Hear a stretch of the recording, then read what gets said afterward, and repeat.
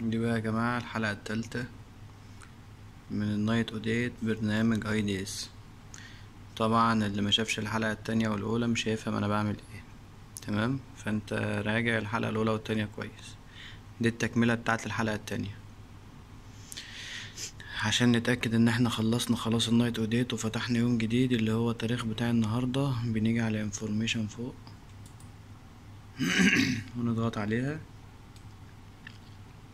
هيفتح لنا تاريخ اليوم الجديد اللي هو 24 مش عارف ايه. تمام، ده كل التاريخ ايه زي بعضه.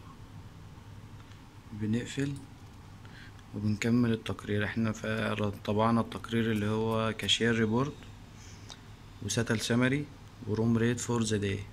تمام، ده اللي ايه للمحاسب.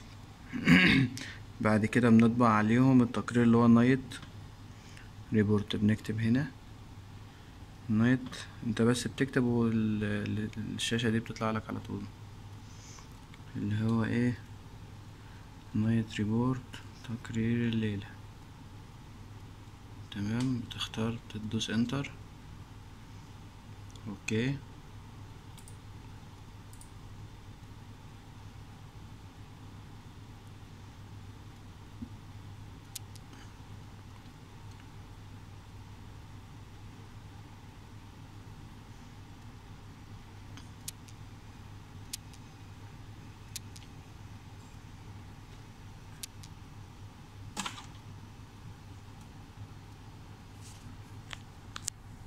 البرنامج ده يا جماعة لو اتقنتوه هتقدروا تشتغلوا في اي فندق في الامارات.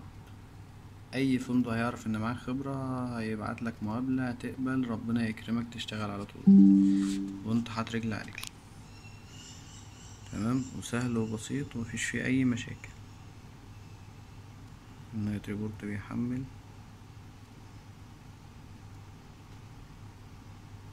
واي استفسار يا جماعة انا سايب رقمي في الحلقة اللي فاتت، الحلقة رقم 2.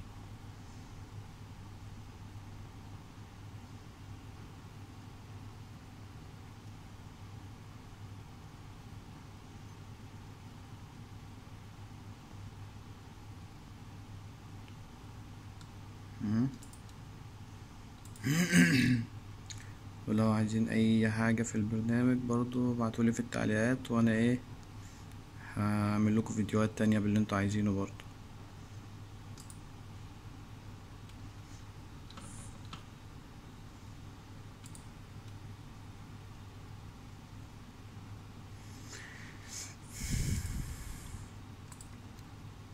نختار برنت. بنطبع.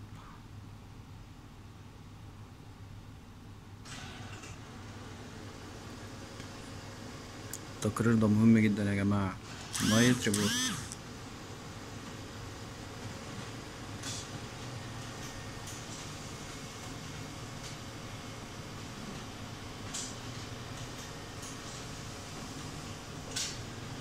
بعد كده بنقفل وبنروح على المكنة بتاعة الكاشير اللي هي دي عشان نطبع التقرير بتاعها بتاع الليل بعد الساعة 12. بندوس هنا وبعد كده بنختار سيتلمنت عشان يطلع لنا التقرير بتاع اليوم كله، ايه اللي اتدفع وايه اللي ما اتدفعش. اهو نطلع التقرير اهو. بنحط التقرير ده مع التقارير اللي فاتت اللي احنا طابعينها بتاع الكاشير والساتل والروم ريت والنايت ريبورت. وبكده يبقى احنا خلصنا ايه النايت اوديت. تمام، في بقى تقارير تانية لازم تتطبع طبعا. احنا كده خلصنا تقارير المحاسب. نطبع بقى التقارير بتاعت ايه الفندق اللي هو ان هاوس جيست. ده بنطبعه ان هاوس ليست، معناها الجست اللي في الغرف.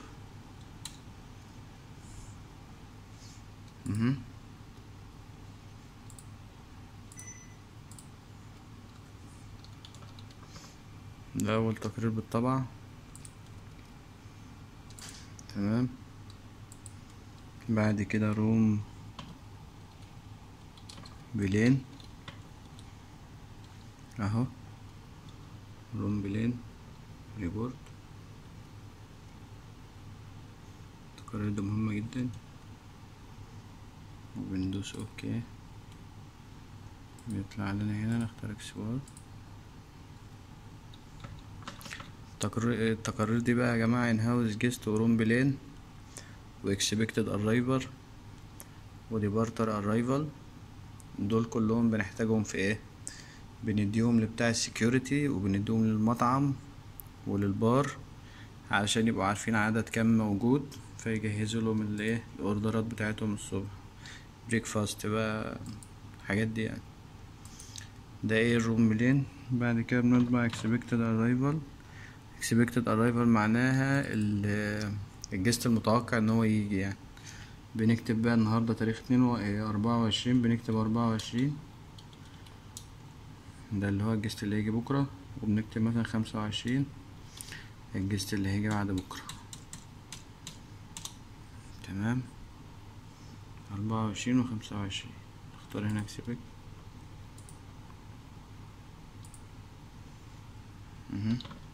خطوات سهلة وبسيطة خالص. سيف.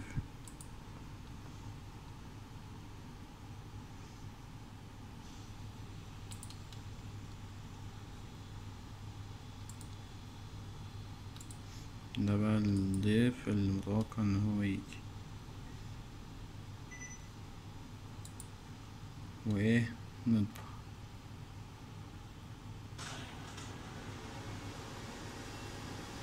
بعد كده بنقفل.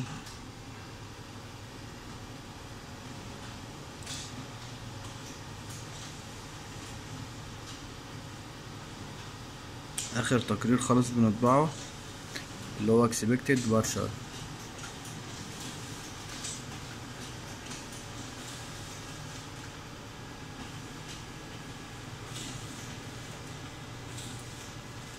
اللي هو departure اللي هو ده. بنيجي هنا نختار expected departure اهو. وبعد كده ايه نختار اوكي export continue